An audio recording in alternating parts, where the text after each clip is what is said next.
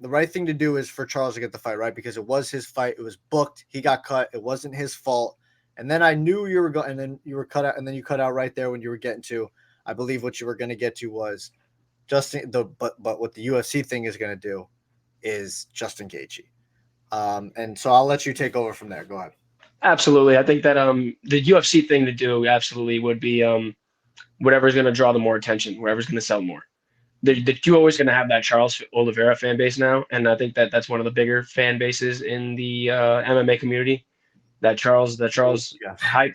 But I think that when you want to talk about creating a banger fight and just causing just mayhem and controlled chaos, and you call him the highlight for a reason, it's Justin Gaethje. I don't think anybody would be complaining if you saw that fight happen either. I think No. that both would sell very well, but if there's really anything that's going to compromise Charles's sales or anything money wise, I think you give it to Gaethje. That's going to be what the UFC would do. But chronologically speaking, I don't see anything that compromises the bottom line that's going to stop Charles from getting that shot. So I think it's going to be Charles Oliveira. So you would go, and you think it's going to be Charles.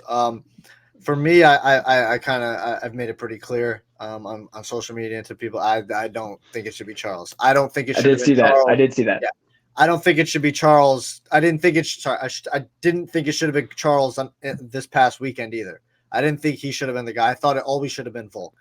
Because if we go back to it, if we want to go fair, right? If we want to go fair and let's look at everything, pros and cons, lay them both out.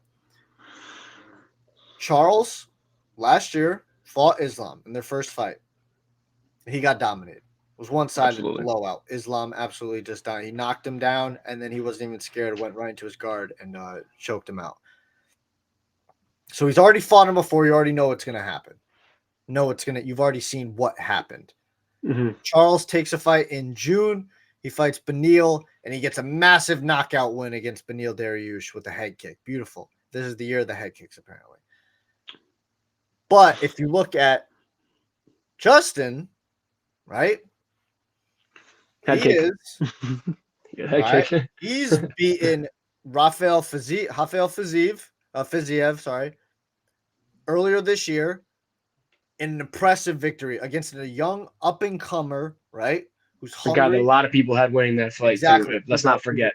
Who's one of a master of the striking game, technician to the highest degree. He beats him. Right? You think Gaethje is going to be out. He's the old guy. He's going to be gone. And the new guy's coming in. Nope. Gaethje puts him down and he doesn't knock him out, but he's in a very exciting fight of the night style fight. Then in late July, he fights Dustin Poirier, who he had previously lost to by TKO several years ago, in a main event fight for the BMF championship. Again, whatever you put into that. And he is able to shock the world again in the second round, get a head kick knockout that I don't think anybody expected. I mean, Gaethje doesn't really throw head kicks. He knocked him out with the head kick flush, knocked him out. Again, head kicks is the thing this year. Everybody start throwing head kicks, right? So that's where I go, and he's never fought him before, Adrian. So I would give it to Gaethje. I'm sorry. I think this is what I would do, right? You go Islam versus Justin Gaethje for the championship, and you do Charles Oliveira versus Mateus Gamrot. I think that's where we should go with that. What do you think? I didn't see a problem with it. I don't, but I think that like I said, you already given so much stock into this. I don't think that Dana. I don't really want to say that Dana owes anybody anything. He doesn't owe anybody a damn thing, and I think he knows that too. But I think that, like I said, this Charles comeback story is one that is going to be something to sell. I think that the fans will be there for it. Everybody's going to be there for it. Sorry to Gaethje, but I think that although that does seem fair, I don't see it happening. I don't. You think it's going to be Charles? Listen, I'm not super pumped for either fights. I'm more excited for Gaethje, but I'm not excited for either fights because I feel like Islam is showing this is, and there's something to that's the one I wanted to touch on earlier during the fight. There's something to the fact where he brought up the rehydration period. And if you go back and look at what he looked like back in February and what he looked like now, dude, it was night and day. I mean, the tan first off, and just the physique and everything. He looked fresh on Saturday. It was pretty evident to me. But one thing I do want to say is for the 155-pound division, I would, and this has been teased for for a long time now, and I don't know if we're ever going to see it, but I would love it because this 155-pound division needs a little bit of a spice up. Adrian, I don't know about you. I agree, You 1000%. got the old heads. You got Chandler, you got Poirier, you got Gaethje, you got Oliveira now, you got Benil's, there. Tony's exited. Habib's not there anymore. McGregor's coming back. That's gonna add a big spark. I know that. I'm gonna be massively. I can't fucking wait for that shit. Hope that ends up going well. I would love for Max Holloway and or Brian Ortega to move up to 155. I think those insights. I just want to see Brian take a fight. I think that's what we need. Exactly. It's been over a year. He just needs T-City to get back in the cage. He messed up his arm and he only lasted was like a 2.5-minute fight against Yair, which another fight I was super excited to see, and we didn't really get to see much of it or any of it at all. But I would just love to see Max Holloway and Ortega move up to 155. That would be incredible. Would spice things up. But let's get over to the other man, Adrian, Mr. Alexander Volkanovski. What's next for Volk? I feel like we all know it. He's made it pretty evident, right? I think we know the guy. I just think maybe the date is where we're, maybe shaky about. Yeah, it's going to be at 145, and it's going to be against Ilia Topuria. That's the man. That's the guy. I don't think he should come back in January. I understand he had the post-fight press conference and he spoke about being in a dark place and stuff like that, where he wasn't able to handle, he needs to be fighting, he needs to be in a camp, he needs to, stuff like that, right? Yeah. But I just feel like that's too quick of a turnaround. I feel like maybe February, March is where I'm feeling a little bit more. You just got KO'd. First KO since I think it was 2017 or 2014, something like that. I mean, that was at like 170, right? That's what I would say. I'd say, but I really do feel like we're probably going to see him in January. I would just, if I was his coaches, I would really be pushing him to say, let's just take 1 or 2 more months off. Let's just 1 or 2 more months.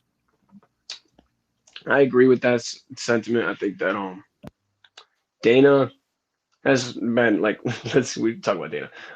Dana has been no stranger, but telling you how he feels. And when Dana feels like some fighter is incapable of fighting, Dana will literally tell the media he doesn't want to fight, even if the fighter's telling you he wants to fight. We've seen it before. So let's be real. I mean, I don't. Volk is just gonna be very. It's gonna be about what he says, the conversation that's had with Dana, with the UFC, with the doctors, with the trainers. Think if Volk tiptoes the right line and knows how to say the right words, they'll give him the fight. I agree with you that he probably shouldn't take the fight. I think he needs a little moment of self-reflection and talking to all the people, fighters out there, athletes out there.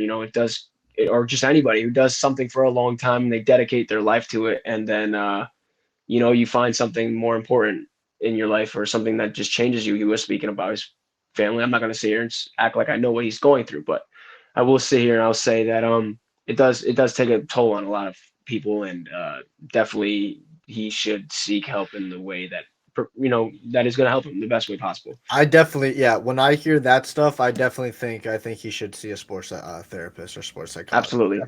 And even the greatest of the greats has sports psychologists. Kobe has sports psychologists. LeBron talked about him getting himself a sports psychologist when he was in Miami.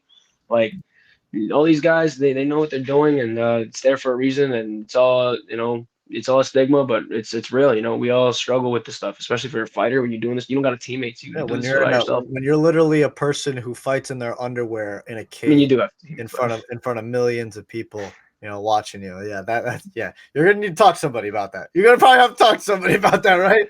Yeah, absolutely. But Volkanovski, definitely. I think we're in agreement. I think he probably does fight in January. There's no need for it for the UFC either. They have this guy who wanted to fight in December, who's one of their biggest up and coming stars, Mr. Sugar Sean O'Malley. You got Cheeto Vera. That's a perfect fight to make for January. Let's get it done. You don't have to put Volk. You can put him in February and March, but that's not the cloth in which Volkanovski was cut from. As Mr. John Anik, another line from Mr. John Anik.